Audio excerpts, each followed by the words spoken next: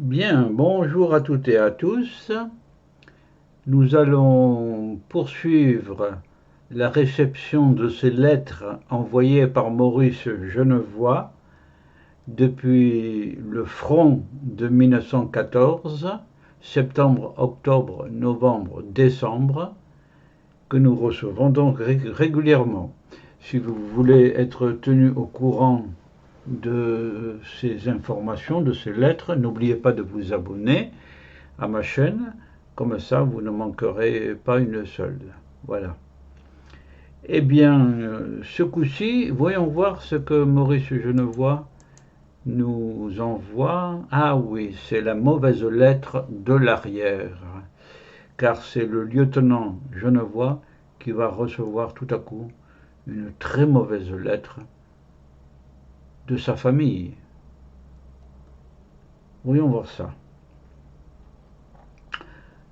C'est Porchon qui accourt, ramené par la vue des lettres, les lettres de l'arrière, les lettres de la famille.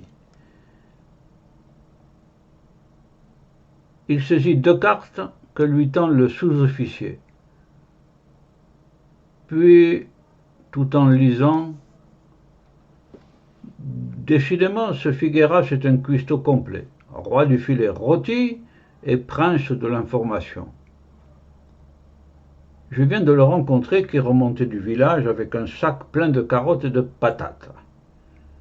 Il avait vu là-bas le Bret qui maraudait comme lui dans les jardins. Alors ils ont causé tous les deux. Et là, c'est Maurice Genevoix qui pense. Ce sont les derniers mots, hein, ces mots-là racontés par Porchon à haute voix. Ce sont les derniers mots que j'entends. La voix de Porchon bourdonne. Loin, loin, scandée tout à coup par les coups de mon cœur. Après un temps, très haute, après un temps, très haute, elle sonne contre mon oreille, cette voix. Elle sonne contre mon oreille.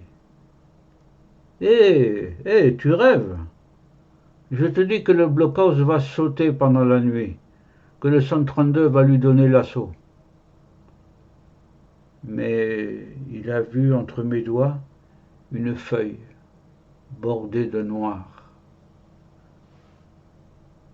Il reste interdit, me regarde au fond des yeux et s'éloigne sans plus rien dire.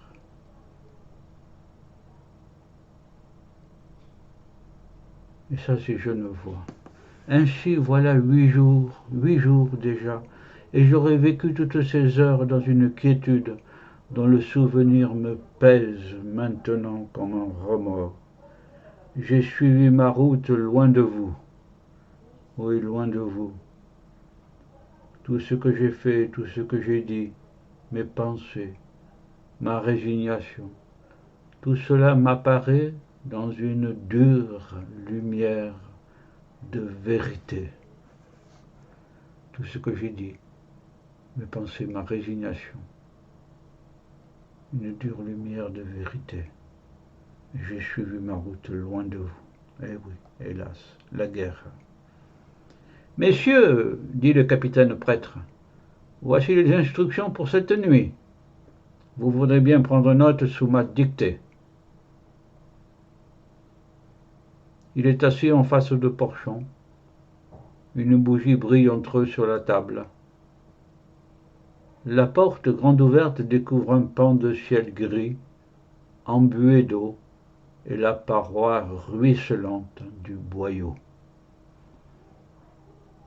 Mais vous n'y voyez rien là-bas, me dit prêtre. Approchez-vous, nous avons de la place. Il s'adresse à Maurice Genevoix, là. Le capitaine s'adresse au lieutenant. Approchez-vous, nous avons de la place. Je réponds avec un effort pour que ma voix reste posé. Mais non, mon capitaine, je vous assure que j'y vois suffisamment. Comme vous voudrez. Je commence donc.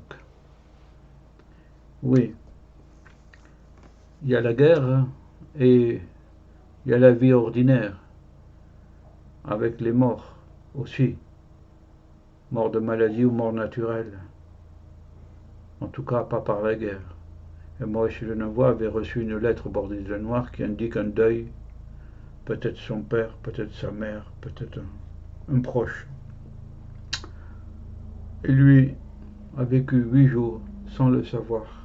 Voilà. Au revoir à toutes et à tous. Donc, dans cette historiette, la mauvaise lettre de l'arrière. Au revoir. Et bonne continuation. Racontez tout cela autour de vous.